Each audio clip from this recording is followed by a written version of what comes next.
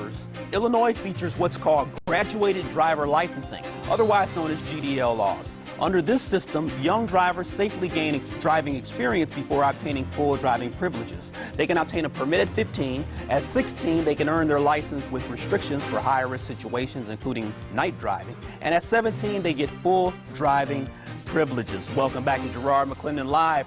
We've got Representative John D'Amico with us, along with State Secretary Jesse White. Secretary White, talk to me about the graduating driving licensing here. Well, one of the things that we did, and that is we conducted hearings across the state of Illinois using 27 of the finest individuals who know about highway safety in the country. And we were able to come up with some strict rules and regulations as to how we teach young people how to get from point A to point B in a safe and responsible manner. Yes. Parents will spend 50 hours behind the wheel with their young driver. 10 of those hours will be done at night and would cover a 9-month period of time, the fall, winter, and spring months. That's a lot of time, though, Mr. White. Well, come on now. We're talking about saving lives, and a moment ago we were talking about highway safety and getting these young people from point A to point B in a safe and responsible manner. We believe that the more practice that we give them, the better the product we're going to have. Yeah. And then the parents are involved in the equation as well. But Representative D'Amico, Yes.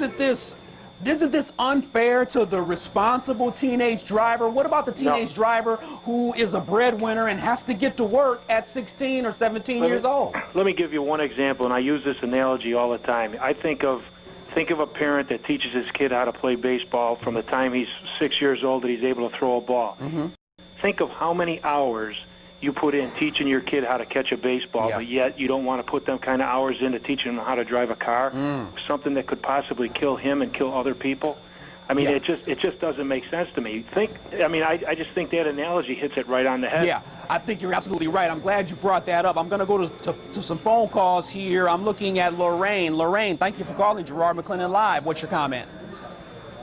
Yeah, my comment is it ain't about the minimum age. They could be 13 or 14 and get their driver's license. Oh, okay. Isn't that a little bit too young, Lorraine? No, that's not too young, because what our focus needs to be is on these DUIs, these repeat DUIs. Okay, so and all these people who loan these DUI offenders their cars and their vehicles, and they know they a repeat DUI, and that's what Illinois need to be cracking down on. Okay, so it ain't no 13 to 14-year-olds. They can't even drink yet. They ain't even at the legal drinking age. Yeah, okay. Let's get to the real issue. The real issue is the DUIs, the DWIs. I appreciate the phone call. Thanks a lot, Lorraine. Appreciate that. We're going to move on to Terrence. Terrence, thank you for calling Garrard McClendon Live. What's your comment? Well, my comment is I think it should be 18 and up, because I lost a friend due to driving. And I had another friend in there who survived, and he said that the reason why they got into that accident was because he was trying to show off and his friend. I got my license, woo this, and I'm going to go out on the road and impress everybody. I think it should be 18 and up, where people are, be more responsible, and I don't think it's a money issue. Hey, Terrence, thank you for the call, man. I appreciate that. I want to share a story with you. It's interesting when you first get that driver's license, especially boys, you like to drive around, be seen by everyone. You might hit the gas pedal a little bit too hard, and things happen. I'm going to stay on the phones. Rosemary, thank you for calling Garrard McClendon Live. What's your comment? Rosemary, what's your comment? Hello? Yes, Rosemary, your comment, please. Yes, I don't believe that teenagers should be allowed to drive at 16 years old, because of the simple fact that they can't vote at 16, they can't go get health care on their own at 16.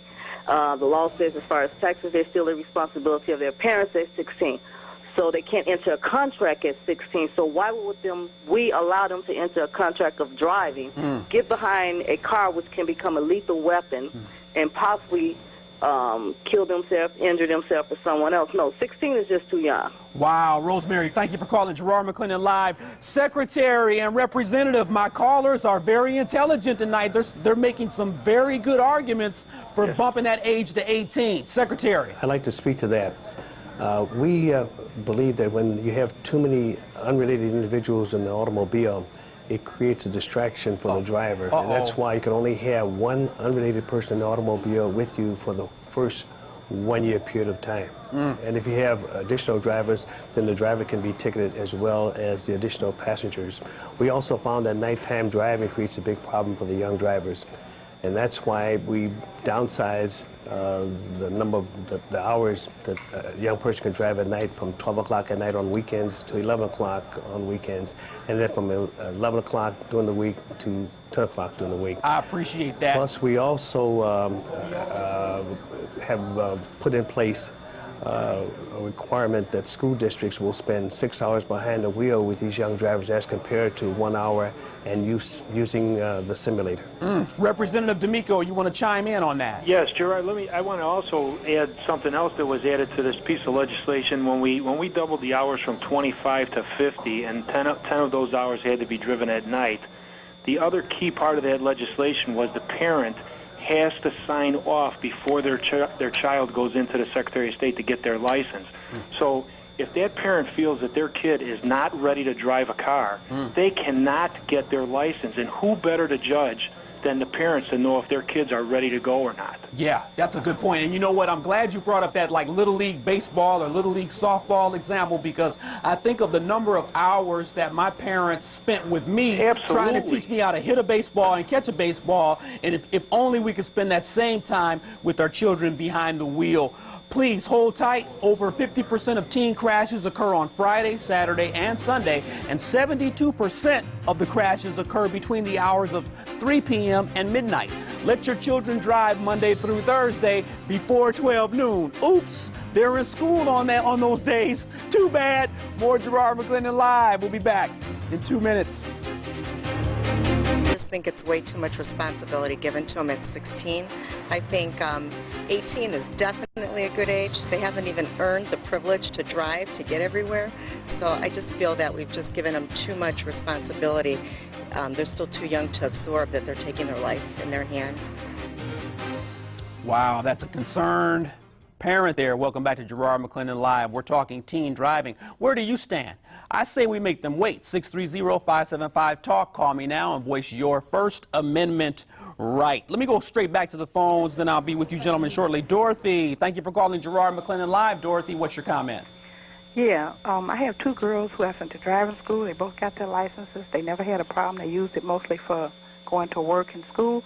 But think about this. If they're trying to raise the driving age and lower the drinking age, now what do you think is going to happen when everybody gets 18 and they start driving and they start drinking? Wow. Wow, Dorothy, you got a good point there. So you think that's a recipe for disaster? Yes, yes. Teach them how to be responsible at 16 and 17. You don't have to wait till they're 18 to do everything. If they're going to drink at 18 and drive at 18 legally, you're going to have a problem. Dorothy, thank you for watching Garrard McClendon Live and calling the show. We appreciate that. Representative D'Amico, I mean, she's got a great point here, because what's happening is it's about parental responsibility in terms of teaching the child what's best. But what happens when there's this delicate imbalance? I mean, you know, do we have stiffer penalties on children who get into crashes and survive, or drink and drive? Well, here's the thing, and with this graduated driver's license bill that we passed, this is taking the place of raising the age to 18, because we're trying to make sure that our kids are prepared to be on the road, whereas before they were not as prepared. And as far as lowering the drinking age, I don't think that's going to happen. That's just because some college presidents want it to be done. Don't think that that's going to just automatically happen. I'm opposed to lowering the drinking age. Yeah. But this graduated driver's license is, bottom line is, it's making our kids more prepared for the road. And the statistics that the Tribune reported on, that the fatalities are down 47%, is already proving it right. You know, I think Representative D'Amico and Secretary of State White are on to something here. Before I go back to the phones, I want to read something quickly to you. It looks as if teenagers generally have a tendency to speed. There's a lack of attention behind the wheel. They're easily distracted. They have a greater tendency at times to not wear seat belts, and there's also the ramifications of the immature brain. I'm moving to Marcia. Thank you for calling Garrard McClendon Live. What's your comment? Yes, thank you so much. I think Jesse White and Representative D'Amico have done an excellent job with the preparation of this program for driving education. So much is learned and required before they get to the full license. Yes, they can drive to school and back. Yes, in an emergency, they may be driving. But there's a requirement regarding who can be in the car and also the hours. This does put a responsibility back on the parent to make sure, even though they have their license, even though that they can drive, that they're following all those rules and regulations. Wow, Marcia, thank you for your phone call. State Secretary Jessie White, she has a good point, but don't you think this is just too many hoops for teenagers to jump through? No, I think we're right on target. And one of the things that I'm happy about, and that is we have put on our website a contract where it spells out the rules and regulations that the young person must abide by in order to keep their license. If by chance you happen to get a ticket, and of course it would be in violation of the spirit of the contract, then the parent can take away the keys for 2 weeks if that is the case. Yes. And then we also put in place a program whereby parents can pull up the driving record of their young driver with a PIN number. Yes. And they go on our website, www.cyberdriveillinois.com. And then, of course, we're proud of the fact, too, that we provide the parents and the young driver with a handbook that spells out the do's and don'ts of operating an automobile and making sure that the training program that they're involved with, that they must adhere to the letter. Wow, appreciate that. You know, it's all about responsibility. I just want to read some things that had me almost crying earlier. Justina Tostado, 18 years old, was killed after being thrown from her car. And Novak, 15, was on her way home at the time of a deadly crash. Michael Klein, 16, was killed after the car he was driving hit a patch of black ice on a bridge and slid into oncoming traffic. This is from a Chicago Tribune article a few years ago cataloging the 59 lives lost, teenage lives lost by traffic accidents. Email me, send comments to my blog, watch Garrard McClendon live clips online at www.cltv.com/GML. I read all blog comments and we may read yours on the air. Minimum driving age is the topic. 630-575-TALK. Garrard McClendon live, back in a few.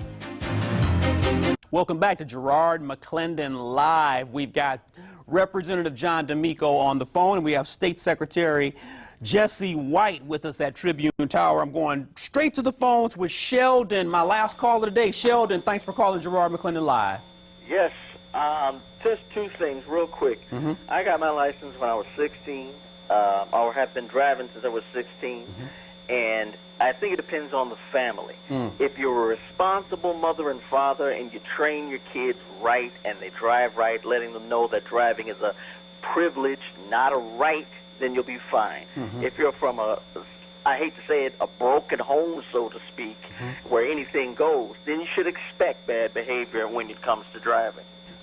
So Sheldon, let me ask you this. Do you believe that these laws being put into place are over, kind of a little bit over the top, or talk to me? I don't think they're over the top nowadays. I got my license 25 years ago when I was a kid. I'm 41 now, but nowadays, I think you should bump it up to 18 because kids nowadays just don't know. They don't have a clue. That's a great phone call, Sheldon. I appreciate it. You know what? I'm going to Representative John D'Amico. Final thoughts.